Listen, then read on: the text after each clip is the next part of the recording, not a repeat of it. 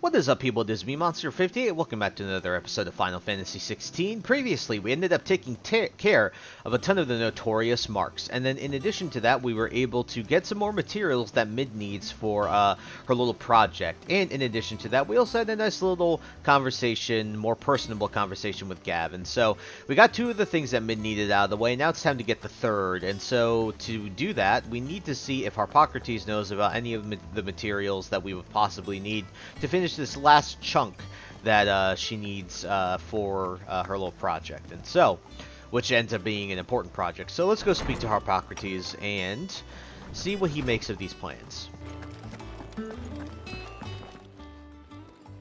Harpocrates, do you have a moment? For you, Clive? Always. Well, actually, it's for Mid this time. Could you take a look at this?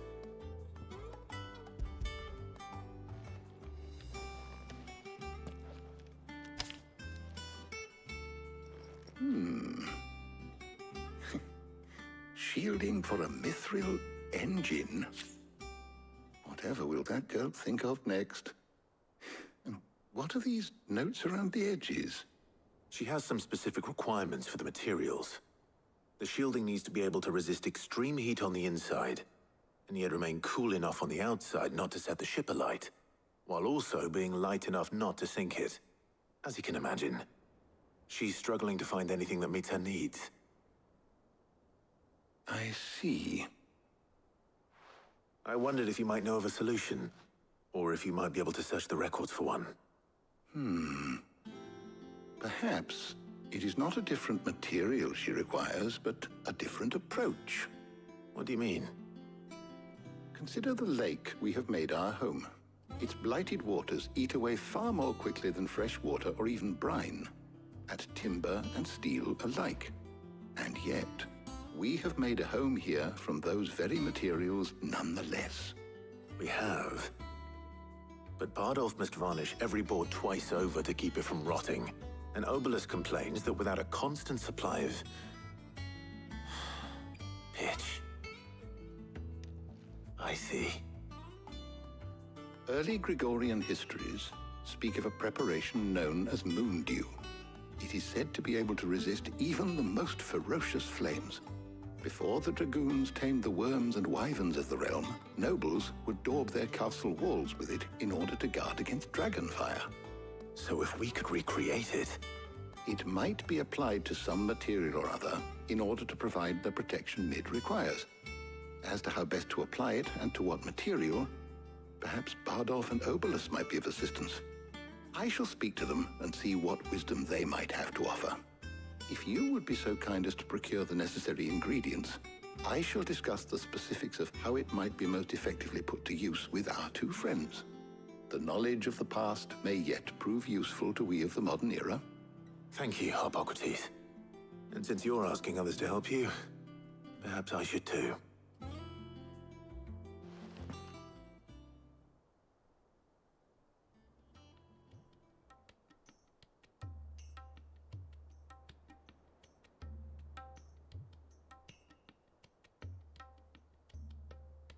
So you need a hand, do you? We do. I'll be heading to market for the ingredients we need. I could do with some help. And some company too. The other can assist me in researching how best to prepare the shielding itself. Can we count on your aid? Always. Well, if Jill's game. Thank you. I am sure either of these fine young minds would prove indispensable in my research. I leave the decision as to who will go with whom in your capable hands, Clive.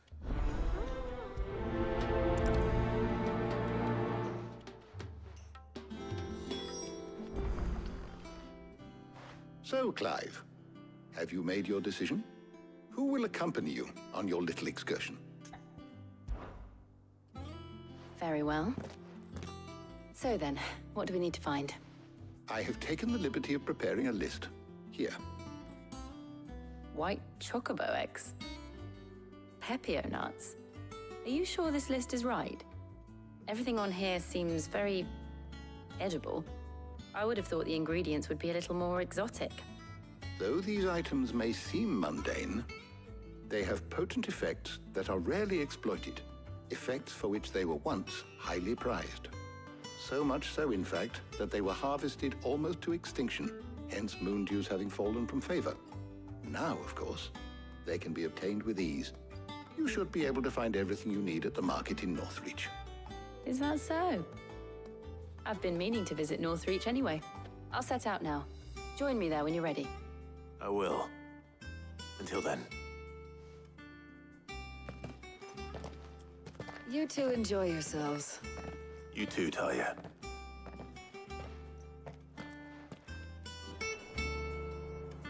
Alright, I kind of feel a little awkward saying this, but I mean, is there really going to be anyone but Jill in that situation? I mean, like, I would have picked Taria. I really like Taria as a character too, but at the end of the day, I mean, why would Jill not accompany Clive? Like, right? Like, it just fits, right?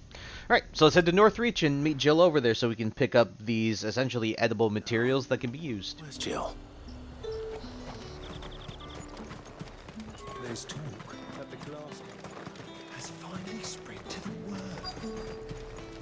Keep them pilgers nice and chilled.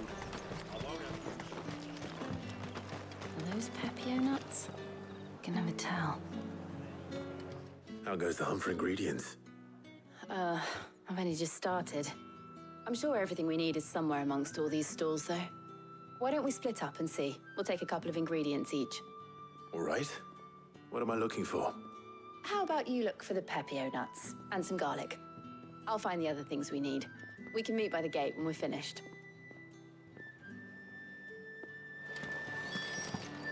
Up! You'll not find a bruised pippin in the... Fresh cuts! Come and get them before they're gone. Any friend of the innkeeper is a friend of mine. I trust it's all here. You're always welcome here in Lostwing. Alright, we've got some garlic. Let's move on and see if we can find those Pepio nuts. Buy, sell, or be gone. That's everything. Let's see how Jill's getting on.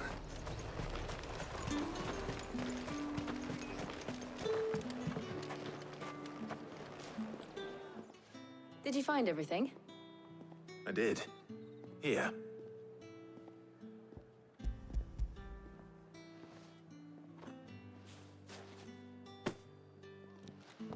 Garlic and Pepio nuts. Perfect. Now all that remains is for Harpocrates to somehow turn all this into what Mid needs to keep her engine cool.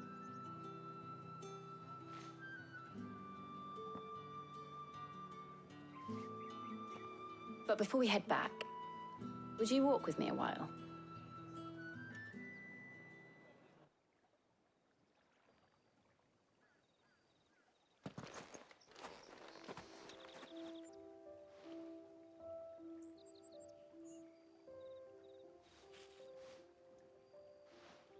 Thank you for asking me to help you today.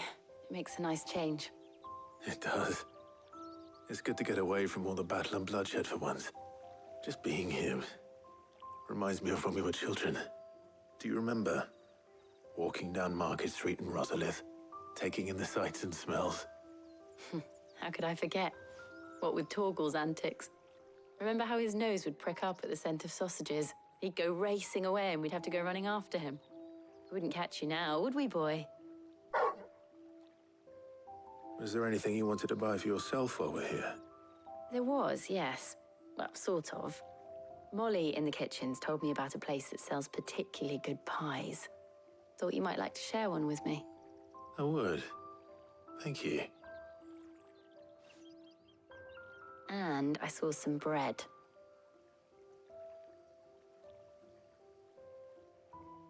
Big white cobs like the baker back in Rosalith used to make. What do you think?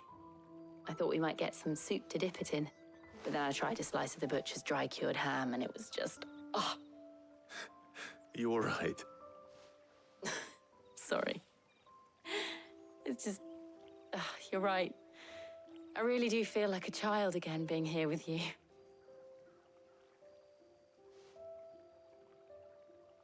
Clive. Is it wrong of me to enjoy this? No, Jill. This is how life should be. And it's how our lives will be when our work is finally done. When we can live on our own terms. I hope so. Thank you, Clive.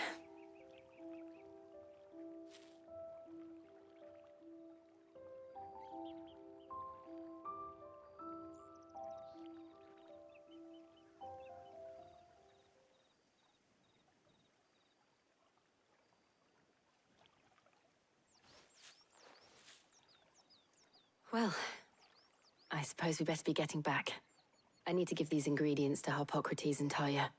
I'll see you at the hideaway. Take care. I will. You too.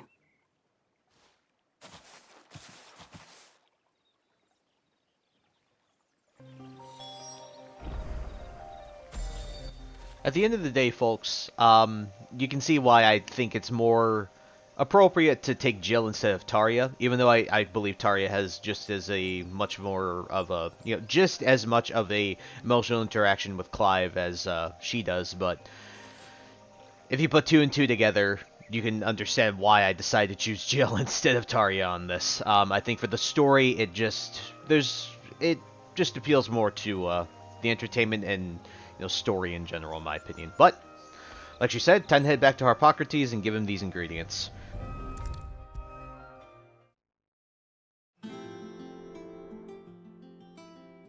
How's work on the shielding progressing, Harpocrates? Well, very well indeed.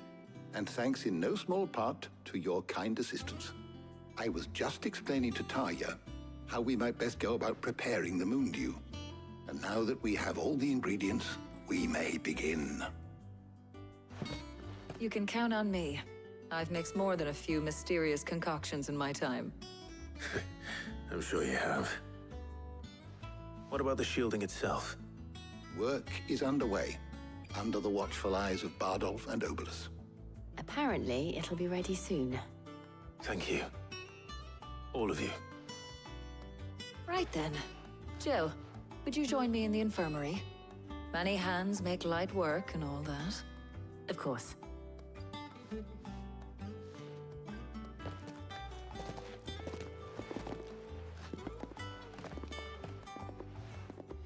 Oh, and Clive, thank you. It was nice just being with you.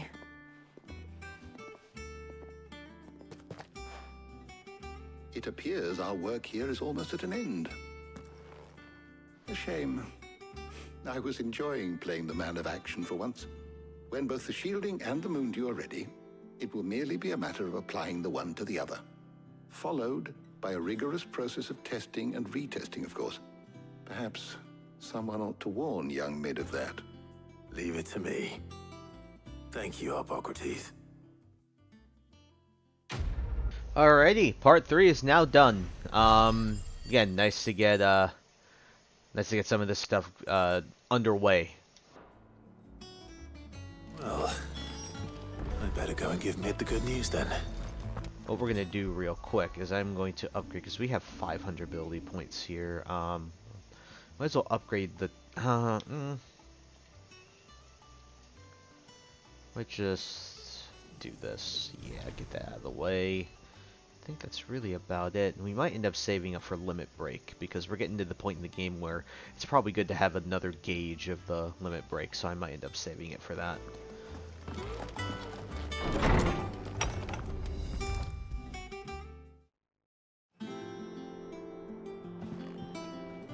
Sorry to keep you waiting, Mid.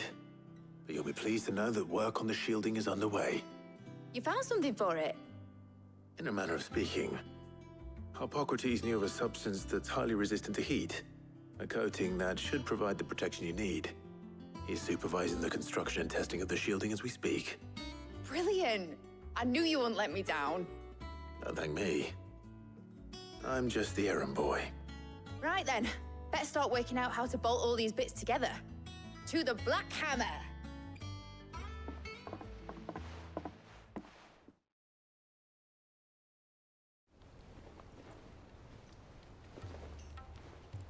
You know, when I got into the smithing game, I thought I'd be making swords and shields, not thermal bleeding didgeridoo-dahs. Displacement stacks. Same difference. Whatever you call it, I ain't putting it together in here. It's cramped enough as it is. Let's take this outside. Mid, you get all the parts lined up on the deck. I'll take care of the rest. On my way. Oh, and bring me the biggest hammer you can find. This is gonna require some precision walloping.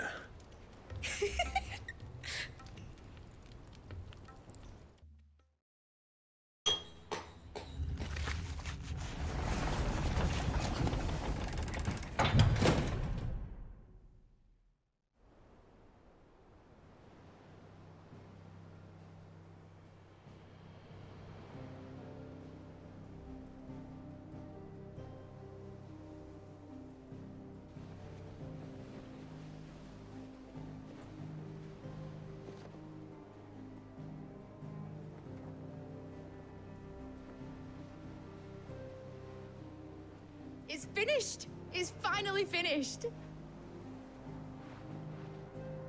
Thank fuck for that. I'll be feeling my hammer arm for weeks. Thank you, Clive, Blackthorn, everyone. That's one down and just 3 more to go. I'm sorry. Oh, didn't I tell you? The Enterprise has 4 mithril engines, and we'll be needing a displacement stack for each. You don't mean... Don't worry. Now they've got a finished one to work off. My gang in Canva can build the rest. Good luck to them, I say. Right, I'm off to get a sling for this elbow. Any other work comes in, keep it to yourselves, eh?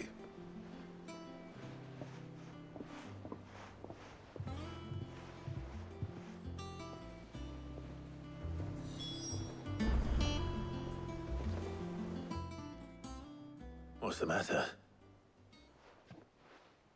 Nothing. Just daydreaming. Thinking about the Enterprise sailing off over the horizon to shores unknown, searching for a land untouched by the Blight, just like me and my dad planned. So if the worst came to the worst and every scrap of soil in the Twins turned black, we might still have a chance. That's what she was meant to be. You see, one last chance just in case we needed it. But now she's so close to being finished, I've realized I don't want it to be that. I don't want it to be just a lifeboat for us to cling to if things get desperate. I want people to sail aboard her by choice, not from the lack of it.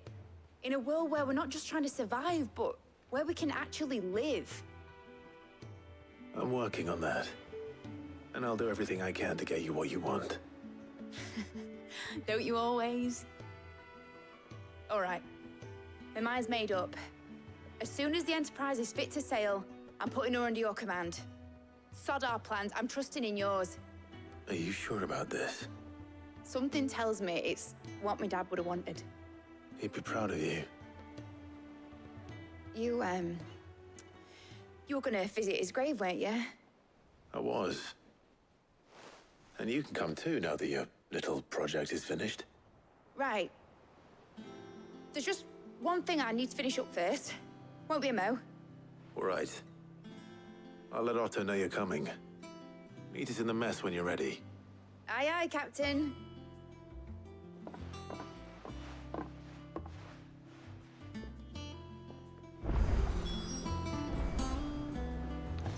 Alright, it looks like we got a few small things that we can take care of. Well, I'm going to see... Let me just go to the map. Is there crap around? No, it's just around here. So let's see if we can take care of these before we speak with Otto.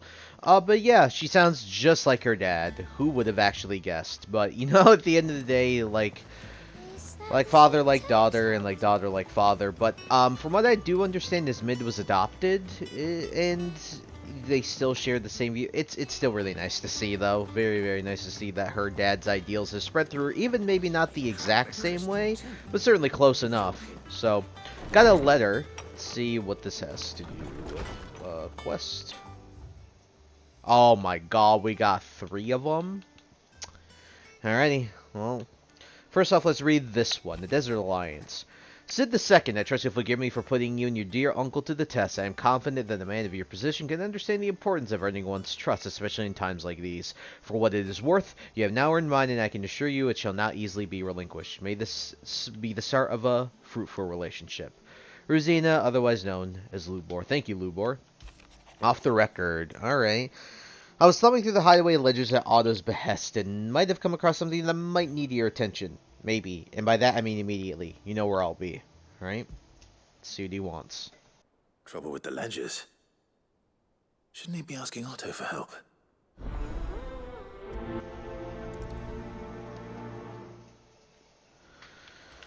Alright, Goat. Let's see what you got. I know that these last two episodes are more or less going to be taking care of, like, very sort of minimal stuff while also doing side quests, but we're going to need to take these more, you know, these episodes as we get further into the game, because this is just how the game ends up being. Now, not that it's not story-focused, but definitely as we're getting into it, you're seeing how the game's dynamic starts to change a bit as we get into deeper part of the second half of this game. Clive, did you get my letter? That's why I'm here. Shh. Otto might be listening. Is this better? A little. Listen, I've some bad news. It turns out the hideaway may be slightly behind in its payment to certain lenders, and it's maybe my fault. But I swear to the goddess, I thought I had the numbers square. Sadly, that square turned out to be more of a circle. 0, you might say. I can straighten it out, I swear, but it's gonna take some time, and I'm gonna need help keeping it from Otto. Bit late for that, I'd say. There you are! What a surprise! So let me get this straight. You forget to pay our lenders what they're due, and instead of coming straight to me, you get Clive to come to you. And I hope he'll dig you out of the hole you've dug for yourself. Clive, the man in charge of the place you've been cheerfully trying to bankrupt. And you thought this was a cunning plan. Why? Well, who needs paying? Oh, just Martha. And the dame. And, well, Lady Karen. But only 500 talents. We owe 3 of our most trusted friends 5 million gil. Each. 5 million each. They lent us the bulk of the money we used to rebuild the hideaway, you see? And, well, I must have made some sort of oversight. Those ledgers were my responsibility, and it was my decision to entrust them to you. This is my fault. Do we have that much to hand? I can always ask my uncle. No, we don't. And no, you won't. We've lightened Lord Rosfield's purse enough. After the king's ransom we had off him, he deserves better than to see our begging bowl. Besides, we'll need to learn to stand on our own if we're gonna make this work. All right. But that doesn't mean you have to shoulder the burden yourself. Is there anything I can do to help? There might be. How'd you fancy taking these to Martha and the dame? Rocks. Rocks, he says. Worth 1,000 talents apiece, these are. A little something Sid and I set aside for when times got lean. And I reckon 15 million in overdue debt probably qualifies. I just hope our associates' eyes are a bit more discerning than yours. I'm sure there will be. Should be me making the rounds, really. But you know how it is with this place. Orders to bark, arses to wipe, and all that. I know. Which is why I don't mind going in your place. Go. Do you know why I only gave Master Clive here 2 star rubies? Because you'd rather Lady Karen killed me. Because I'd rather Lady Karen killed you. Yes. Well, I suppose this is goodbye then. Don't worry. I'm sure Karen will understand. Really? Do you think so? No, I don't. This is a really funny interaction. Do you think she'll understand? No, I don't. Actually, not at all. So, alright. Okay, so let's go and deliver this to Martha first and foremost. And let's deliver the other one to Isabel. I love the I'd rather let Lady Karen kill you, yes.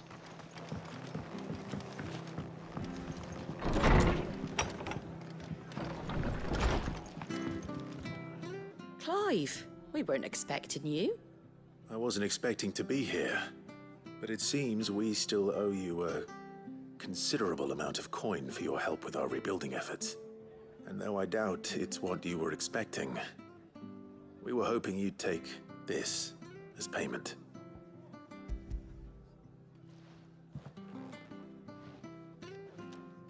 A star ruby? I can't accept this. It's worth at least twice what you owe me. More if you can find yourself the right buyer. Think of the difference as interest. Interest? If word got out I charged that much, no one would ever borrow from me again. Anyway, why are you the one here asking me about this? I'd have expected Otto. Bit much sending the Lord Marquis out to settle your debts, isn't it? The old goat working himself to death again. Something like that. Most days I think he's the only reason the hideaway's still standing. Same as always, eh? Back when the place was nothing but a twinkle in the eye of a recently retired Lord Commander, word is he was the first one Sid reached out to. Probably knew that without his strong arm and level head, the idea would never get off the ground. Sid may have been the face of the hideaway, but Otto's always been the backbone. And when Sid passed away, we were all worried that would be the end of it. That Otto would just give up. His death was hard on everyone. But it must have hit Otto hardest of all. But he didn't give up, did he? Quite the opposite, in fact. If I recall, he was the one who nominated you as Sid's replacement, and rallied the rest around you. I reckon what he saw in Sid, he saw in you too. And don't we all? Doesn't hurt that you're half as stubborn and twice as handsome, neither. That, and you keep good company. I suppose I do.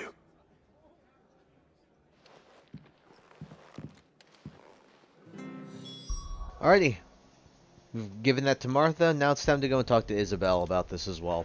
I apologize if earlier in the list I called her Isabella. But long story short, I think I mentioned this, but I have one of my closest friends has recently had their first kid, and they've named her Isabella, excuse me. So, yeah, that's why I was getting confused, because right around the time I was recording that episode, they had literally just had their kid very, very, like, not, you know, not far off from when I had recorded that video. So I apologize for that. But let's speak to Isabel for payment.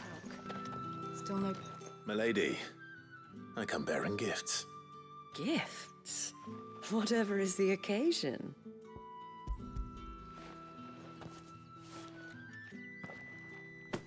Oh my. Clive, you really have outdone yourself. Otto asked me to give it to you, to settle the hideaway's debt with the Veil, and to compensate you for the time it took us to do so. You disappoint me, Clive. I thought you might finally be warming to me. Tell Otto he can keep his baubles. I tried to tell him as much the first time around. The man owes me nothing, nor does the hideaway. My contribution to the restoration effort was made freely and willingly. It was the least I could do. You once told me Sid did you a kindness. I'd like to do the same. Please, accept it. For my sake. And for Otto's. For all of us. For all you've done. It is rather fetching, isn't it?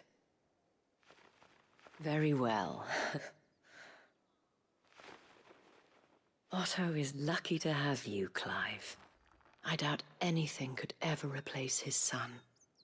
But you and the others at the hideaway are the closest thing he has to family.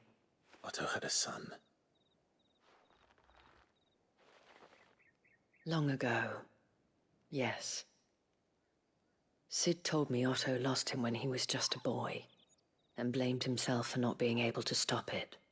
I don't know how it happened, whether there was anything he could have done, but it was clear that it weighed heavily on him. I didn't know. How could you have? I doubt anyone did. Besides Sid, I've never met a man more keen to bear his sorrows in stoic silence. An ill habit, given that both have always been surrounded by friends desperate to help them. I'm beginning to see that.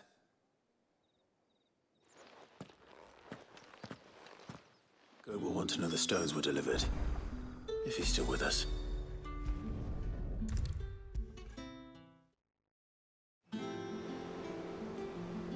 Goat. Still alive, I see. So Lady Karen accepted the ruby. Ah, about that.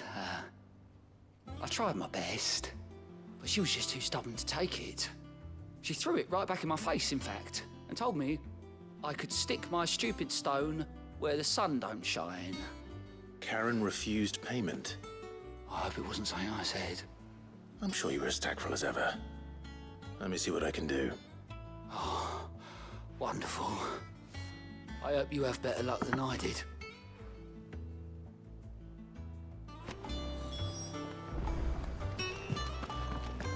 Alrighty. Very Karen to respond to Goat like that, but it is time to see if we can actually get her to take it instead of having Goat try and pay her with it. So, let's see what happens here. And I love the, if he's still with us. Lady Karen, Goat tells me you weren't happy with our offer. Would you prefer the debt was repaid in coin? What debt? I don't recall lending any of you lot me hard-earned gil. I may have tossed a talent or two in the hideaway's coffers, but those were donations, and you can hardly call it charity if you go asking for it back. Of course not. But one good turn deserves another. And our circumstances have changed. Surely you wouldn't shun the gratitude of a pauper who happened to have become a prince. Oh, so you're a prince now, are you? Fine. But I'm selling it and taking what I'm owed, then you're getting the rest whether you like it or not.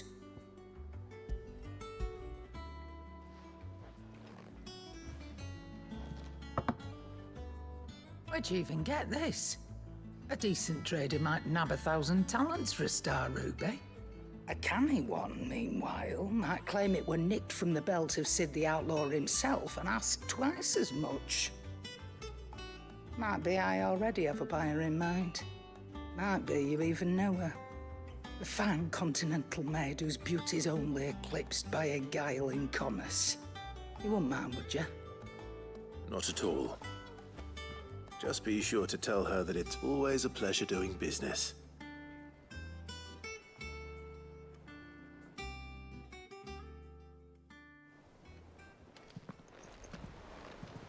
I hear you ended up delivering all 3 stones. Thanks to this lump.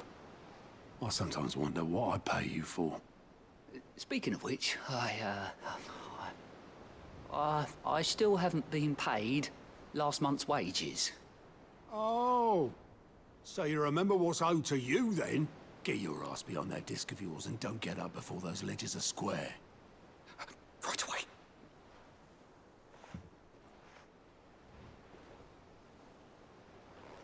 I've seen that before. Yeah. Plenty of times. It was the only goblet Sid ever used. Either out of habit, or because the filthy soul couldn't be bothered to find a clean one. I knew so little about him. Like most people.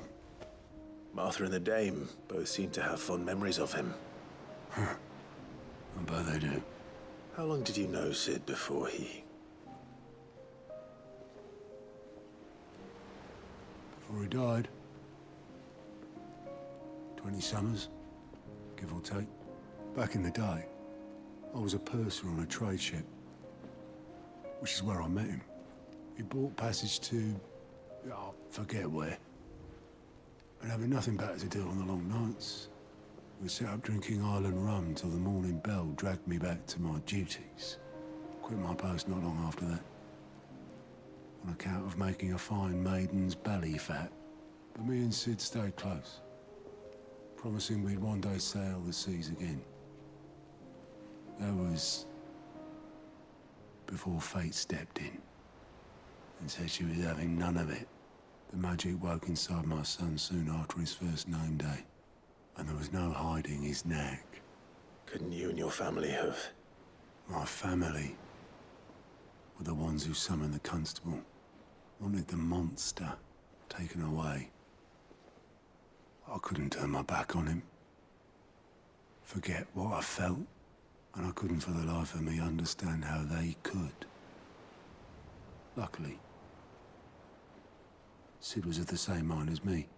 It was him who stood beside me when all I wanted was to tear the whole world down. Him who cried for me when I had no tears left of my own. Him who swore he'd do everything he could to stop it from happening again. And he was true to his word, too. Left the Royal Army once and for all. His ranks, his ribbons, gone. Just like that. Threw away everything he had. All to right a wrong that no one else had the courage to face. I knew then I'd follow that man to the ends of the earth.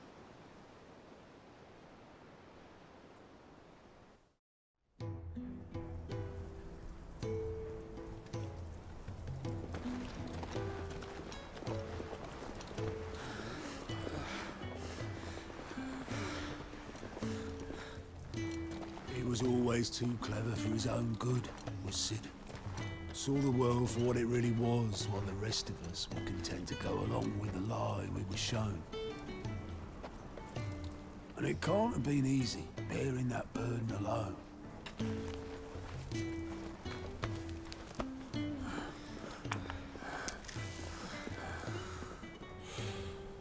But he didn't let it stop him. He never lost faith in what he believed was right.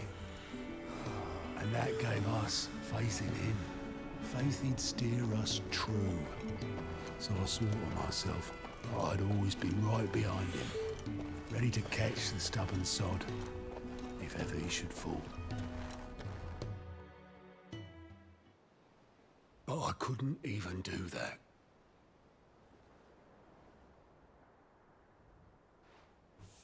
Ignore me. Just the ramblings of a tired old man. Leave that lot. I'll tidy it up in a bit.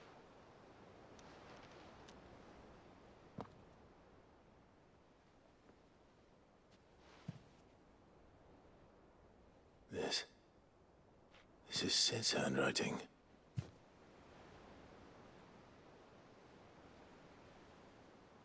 Dear Otto. I may be drunk, but I wanted you to know this place would be fucked without you. Love you, you grumpy old sod.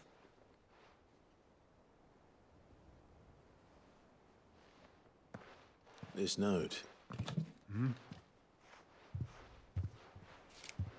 What about it? Sid was right. Without you, we'd all be lost.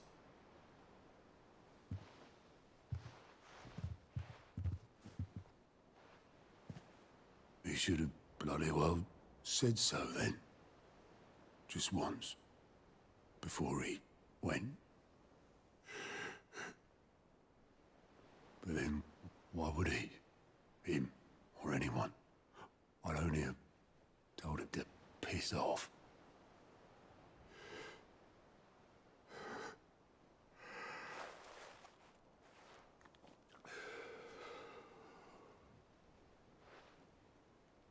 You're wrong, though. Both of you.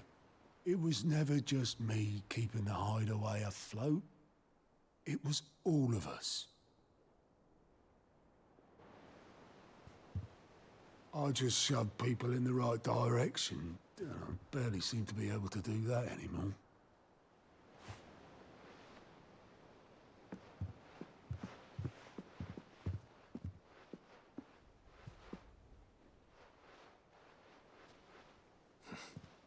Would you rather go at the helm? Well, maybe I've got a few more years left in me. I'm going to hold you to that, Otto. Before you go, Sid would have wanted you to have this. But that's... This'll do me just fine.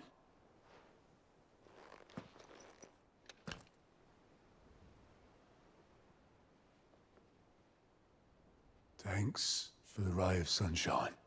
I'll see if I can't pay you back. Already have.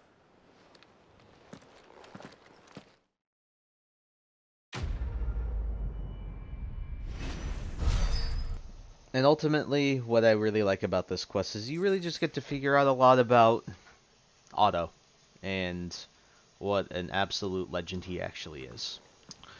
And even though I wouldn't like to end things off there, I think now, given how long that was and how emotional that was, I think that's a good place to end off. So next time on Final Fantasy XVI, we'll be continuing finishing up these side quests. Then we'll speak with Otto and see where we can go from there for to further our adventure. So I hope you guys look forward to that. So I thank you guys so much for taking the time to watch this video. Please like, comment, rate, and subscribe, and share this video with your friends. Also follow me on the socials; those will be linked in the description below. And with that, guys, once again, thank you so much for taking the time to watch this episode, and I'll catch you all in the next one. Hope you guys have a wonderful day. Peace. High ambitions and the right mind can take you so far. It's like you lived a few lives.